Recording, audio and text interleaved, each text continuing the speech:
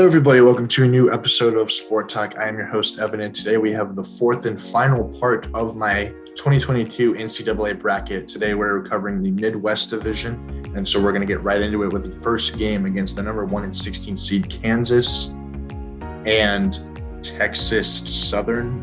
I think Kansas is going to easily win this one. Both of these teams are really bad, and I think Kansas, with O.J. Abaji and Jalen Wilson, I think they're going to just absolutely run over this team. And I think it's not even going to be a close competition.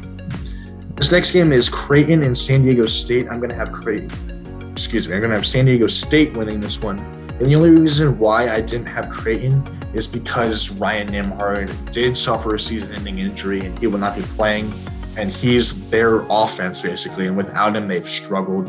So I do think that they're going to end up losing. They did finish with a 22-11 record, but they were one of the least efficient offenses. They're one of the worst three-point shooting teams and the least efficient offense. But they did connect on 55% of their inside the arc shots, and they held their opponents to a 43% clip there. But like I said, without Ryan Nembhard, I think San Diego State is going to end up taking this one. Now you have number 5, Iowa, number 12, Richmond. Iowa just came off of winning the Big Ten championship, and I'm going to have them winning this game as well. Richmond, though, did finish with a record of 23-12. They're led by forward Tyler Burton, who averaged 16 points per game, and fifth-year senior Jacob Gillard, who averaged 20 points per game during the A10 tournament. They had a victory over Davidson to end up winning the tournament, but they are only 6-9 at the quad 2 level. They're a bit undersized and they don't shoot the three ball well, and they're ranked outside the top 60 in Ken Palm's adjusted offensive and defensive efficiency. So I think that's really going to hurt them against a team like Iowa, who has shooters all around the court, and I think that Iowa is going to win this one based on their shooting. Next, we have Providence and South Dakota State. I'm going to have South Dakota State winning this one. Yes, Providence is a good team. They've been on a hot streak lately, but San Diego State has been on a 32-game winning streak. This next game, we have Providence and South Dakota State. We're going to have South Dakota State winning this one. Yes, Providence is a good team, and they have been hot of recently, and they did play well in the ACC. In the Big East tournament, but South Dakota State is on the 21-game winning streak. They finished with a record of 30-4, and they're led by Summit Player of the Year sophomore Baylor Shireman, who averaged 16 points, 8 rebounds, and 4 assists.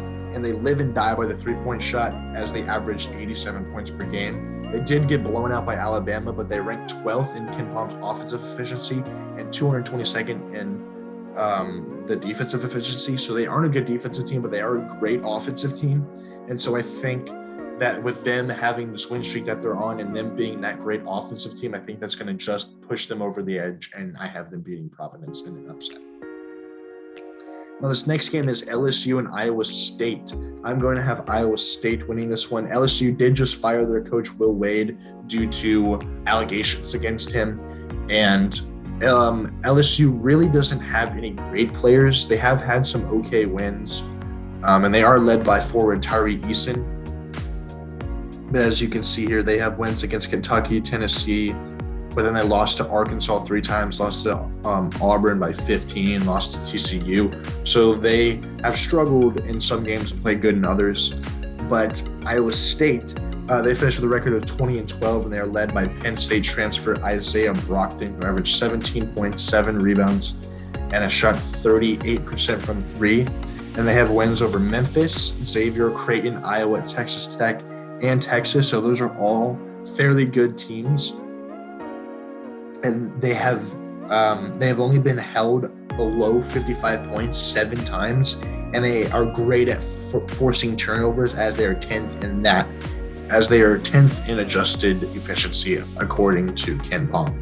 So I think that is going to push them over the edge. They're going to create a bunch of turnovers against this LSU team that I don't think can really recover from that, and I think Iowa State is going to end up winning this one.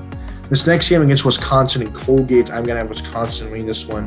I do like Colgate. They're a good team as they finished with a record of 23-11, and all 5 of their starters averaged between 10 and 15 points. They're very deep. They rank 8th in the nation in assists, averaging 17.2 per game. They did beat Syracuse in a shootout, a 100-85. But their defense ranks 203rd in Ken Palm's adjusted defensive efficiency.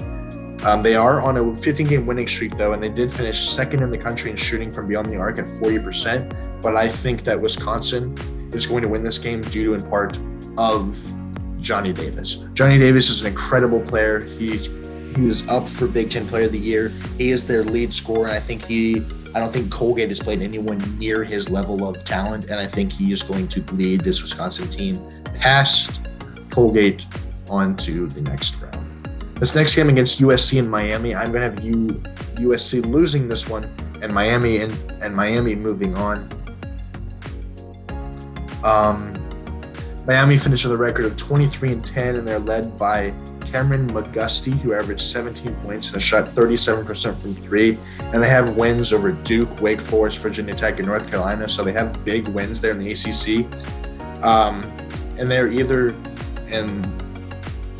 they were either plus 10 in turnover margin or shot at least 50% from the 3-point range. So they aren't the greatest on offense, but I think yes, USC has Isaiah Mobley, but outside of Isaiah Mobley and maybe Boogie Ellis, they don't really have any other great players. And so I think Miami is going to end up taking that one due to their ACC tournament play. I think they're going to ride that train into this round and in this matchup, and I think they're going to end up winning.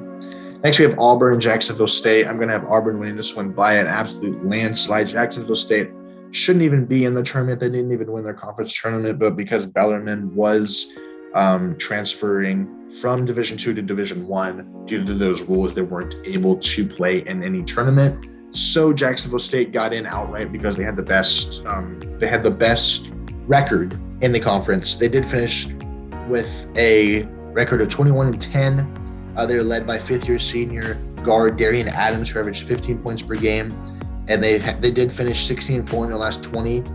And they have good wins against Liberty, South Carolina, and they barely lost to Wright State and Alabama, but they only qualified, like I said, because Bellarmine was ineligible. So I don't think they're not that great of a team, and I think Auburn with Jabari Smith and Walker Kessler, I think they're just going to absolutely have their way against them, and I think they're going to win against them. This next, now on to the round of 32, we have Kansas and San Diego State. I'm going to have Kansas winning this one. I think Ochai Agbaji is going to be another one of these players who's going to have an outstanding tournament. He's a great player. And they have guys like Jalen Wilson and Christian Braun, who are great players alongside of Agbaji. And I think they're going to be too much talent-wise to go up against San Diego State. Next, we have South Dakota State and Iowa. I think Iowa's going to take this one due to South Dakota State's poor defense.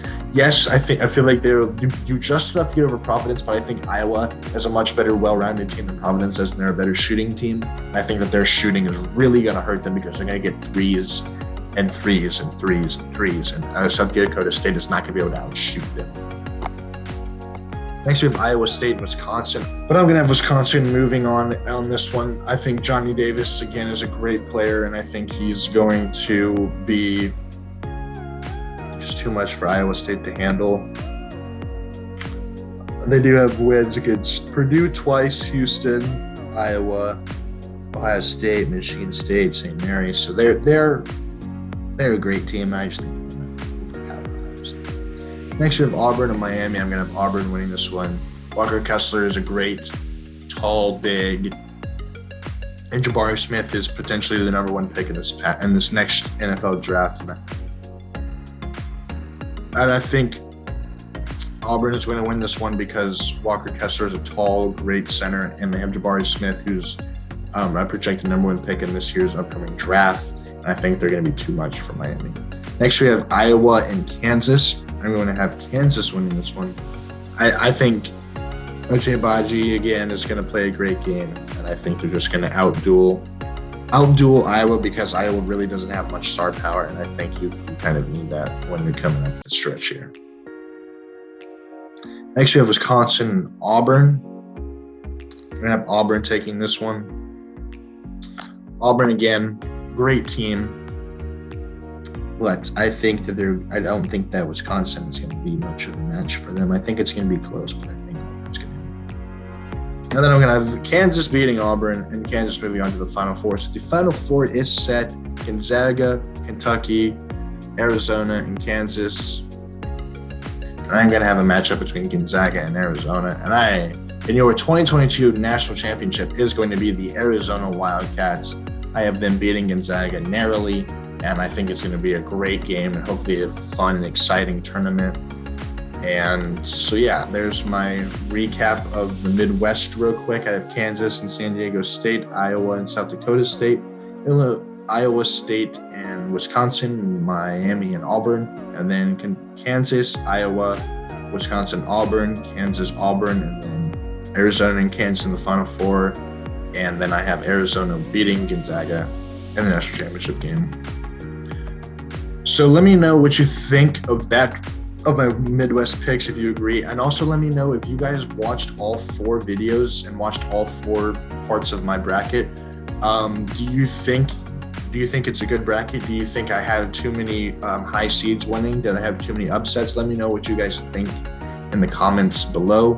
And I hope you guys enjoyed this little series. And I'm really excited for March Madness. It's one of my favorite times of the year, just having basketball on constantly. And I just love it. And I hope you guys do as well. And I also hope you guys enjoyed this video. Make sure to like and subscribe to my channel. And I will see you guys in the next podcast. Have a great rest of your guys' day. And thank you all for watching. Peace.